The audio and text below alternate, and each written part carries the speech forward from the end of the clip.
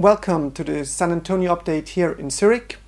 Next to me is Professor Castiglione. She is working here at the Breast Center in Zurich, and she was attending the San Antonio Breast Cancer Conference in San Antonio and is telling us about the latest findings.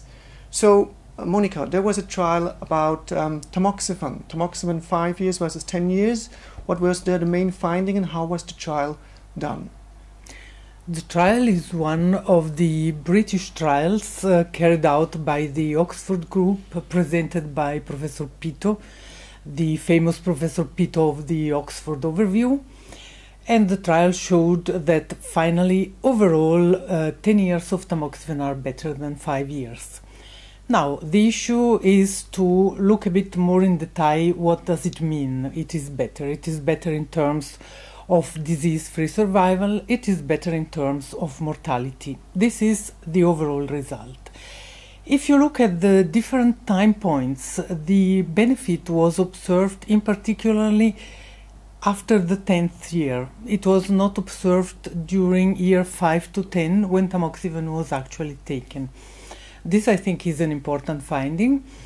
What, in my opinion, was missing in the presentation, and I hope it will be presented obviously in the publication of the trial, were subgroup analysis. Because what I would like to know from such a trial with more than 6,800 patients is which patients are really taking advantage of this prolonged treatment.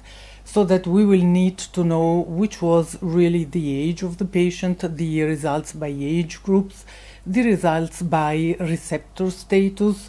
Obviously, in this group there will be patients with HER2 positive disease, and I think that this is what we would like to know. One of the important findings was obviously that the compliance of the patients was very good. Which is explained by the fact that this patient had already taken 5 years of tamoxifen and they were still on tamoxifen.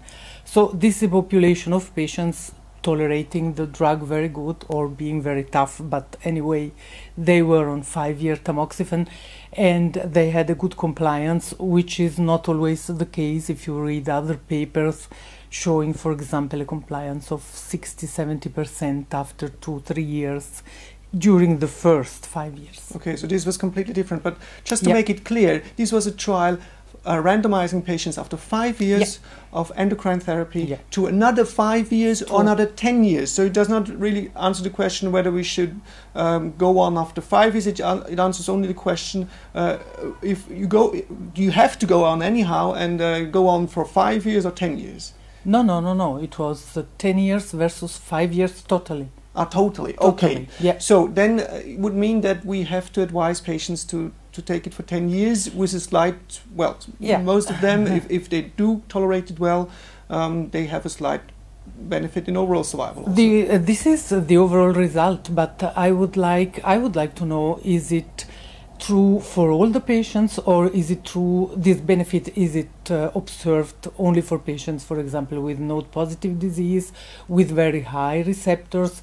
So this is why I would like to see the subgroup analysis, which was not presented in San Antonio. Does it have any implications for you now for clinical practice? Do you change something? Do you?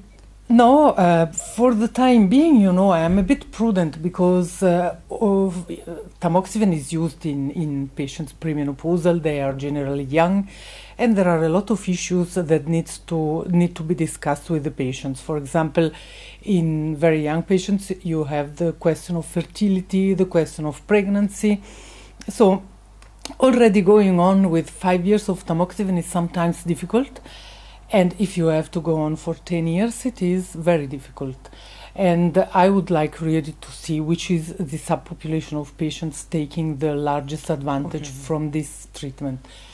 In addition, there is the question that we do not know whether after 5 years of tamoxifen, do we have to continue with tamoxifen, or are there the patients that become menopausal that could switch to letrozole like the MA27 MA17. 17 trial. Okay. Yeah. Yeah, this is the question then. Do you go Yeah. on with letrozole or do you go on with tamoxifen? So this is not clear either. This is not. This has not been studied, and I would say that for the time being, if a patient is becoming menopausal during the time of tamoxifen, I would switch to an aromatase inhibitor. Okay. So this is, in that sense, only a very small population which might now continue with 10 years. I think, and you know, it is a population being young because you may have them premenopausal for 10 years, but in this population, at least in my experience, you have very, very frequently and every time more frequently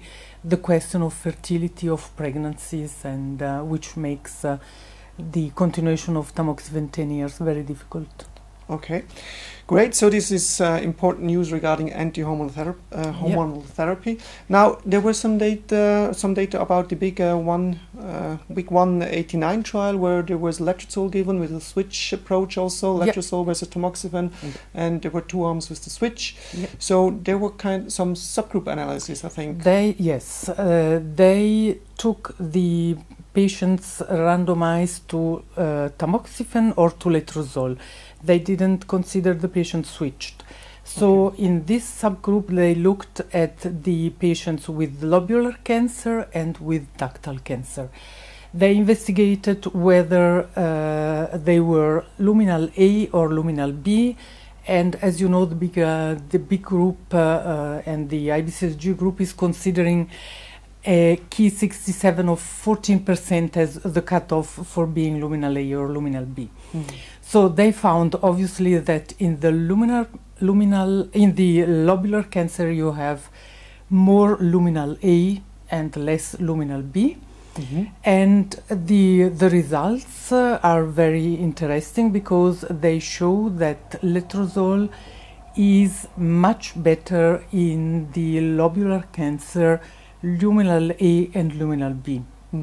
And if you look at the ductal cancers and you look at luminal A and luminal B, you will see that for luminal A, which is a large number of patients, the advantage was not observed. They had the same results with tamoxifen and letrozole, and for ductal they had an advantage for the luminal B ductal using letrozole. Okay, so this gives some indication in which patients you rather choose letrozole than tamoxifen. And I think that it is interesting because in lobular cancer patients, you would think that tamoxifen might be enough, and if you look at the results, it is absolutely the contrary. They have a huge benefit if you use letrozole. That's very interesting, but there are not so many. I saw about 10%, 10 to 15%. 370, something like that. Of the whole population. So this is still a small population, but an important population to spot in order to give them the right therapy.